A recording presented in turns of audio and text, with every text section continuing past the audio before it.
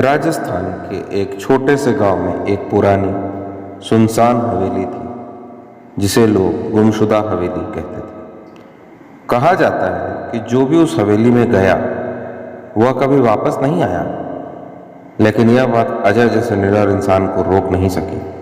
अजय, जो कि एक खोजी पत्रकार था, उसने ठान लिया कि वह इस हवेली के रहस्य को सुलझा कर रहेगा। एक रात कैमरा और टॉर्च लेकर वह हवेली में दाखिल हुआ। हवेली के अंदर अजीब सी ठंडक थी, जैसे हवा भी यहाँ आने से डरती हो। दीवारों पर जाले लगे थे, फर्श धूल से भरा था और हर कदम पर अजीब सी आवाजें आ रही थी।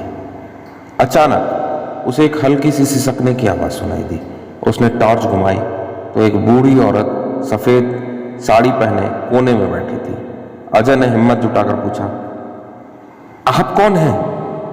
बूढ़ी औरत ने धीरे से सिर उठाया। उसकी आंखें गहरी और खाली थी। उसने कांपती आवाज कहा, मैं यहां पिछले 50 साल से फंसी हूं। मेरी आत्मा मुक्ति चाहती है। अजय का खून मानो जम गया। उसने महसूस किया कि हवेली की दीवारें हिलने लगी, छत से धूल गिरने लगी। वह दरवाजे की ओर भागा, लेकिन दरवाजा खुद ब खुद बंद हो गया। तभी उसे पुराने अखबारों का एक गट्ठर मिला जिसमें एक खबर थी। 1960 में इस हवेली में रहने वाली अमृता देवी अचानक लापता हो गई। लोगों का कहना है कि उसके पति ने उनकी हत्या कर दी और लाश गायब कर दी। अजय ने डरते डरते बूढ़ी औरत की तरफ देखा। उनकी शक्ल अब विकृत हो चुकी थी, आंखों से खून बह रहा था।